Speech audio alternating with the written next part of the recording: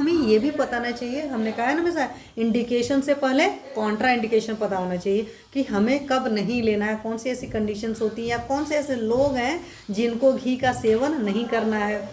अब पहली बात आती है बालक की, तो बच्चों को बहुत खास करके बहुत छोटे बच्चों को घी मत दीजिए अलग से खाने में।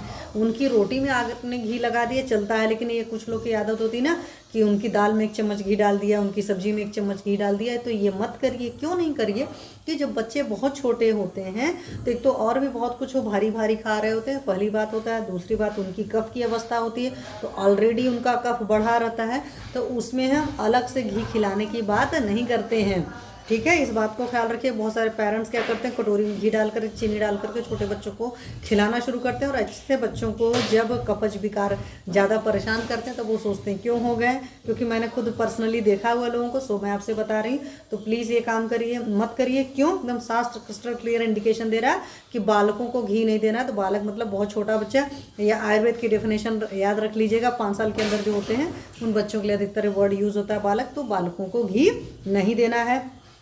वृद्धों को घी नहीं देना है, जो बहुत ज़्यादा वृद्ध हो जाते हैं, क्योंकि उनकी डाइजेस्टिव फायर बहुत स्लो हो जाती है, तो उनको बहुत थोड़ा थोड़ा आप रोटी वोटी में लगा रहे हैं वो ठीक है, लेकिन अगर उनकी डाइजेस्टिव फायर बहुत लो है तो उनको घी नहीं देना है। बालक का तो नहीं, वृद्धों के लिए आपको पता ही है, ओल्ड एज में वात का ज़्यादा प्रकोप होता है, तो वहाँ पर हम लोग तेल का ज़्यादा सेवन कराते, तो तेल वगैरह ज़्यादा जैसे चीज़ें खिलाई पिलाई जाती थी। राजक्षमा का जो मरीज है, क्योंकि उसके अंदर तो बिल्कुल ही अग्नि का हालत ख़राब है, तो वहाँ पर भी हम घी का निषेध करते हैं। कफजन बीमारियां हुई या कफ एंड कोल्ड रखा या कोई भी इस तरह के कफज विकार हैं, क्योंकि वहाँ पर डाइजेस्टिव फायर ऑलरेडी लो है, जब आप उसमें घी दे दोगे, थोड़ा सा अभिसंधि था, ज़्यादा नहीं लेकिन थोड़ा था, वो डाइजेस्टिव फायर को और लो कर देगा, और डाइजेस्टिव फायर को जितना लो कर देगा आपको ठीक होने में उतना ज़्यादा टाइम लगेगा। आम युक्त रोग है, कहीं पर भी बॉडी में टॉक्सिक मटेरियल बहुत ज़्यादा है, तो आप घी नहीं देंगे, क्योंकि हमारे जो आयुर्वेद वाला जो आम है कि सही तरीके से पाचन नहीं हो रहा है, बॉडी में आम बना है, तो नहीं देंगे। विसूचिका, हैजा की बीमारी, कॉलरा की बीमारी जो होती है उसमें भी घी नहीं दिया जाता। मलबंध है, विबंध है, कॉन्स्टिपेशन के केस में मत घी दीजिए आप।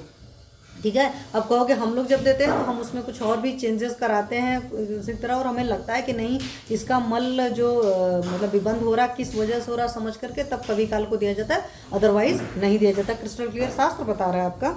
मदात्य वगैरह की अल्कोहलिज्म वाला जो केस है उसमें घी नहीं दिया जाता है।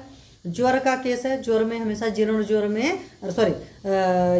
नवीन ज्वर में घी नहीं देते। जीर्ण ज्वर में तो हम देते हैं बहुत सारे सिद्ध घृत, लेकिन जब आपका नया नया ज्वर होता है तो उसमें हम नहीं देते हैं। अग्निमांद की ये कंडीशन है, जब आपकी डाइजेस्टिव फायर बहुत लो है तो वहाँ पर घी का सेवन नहीं कराया जाता है।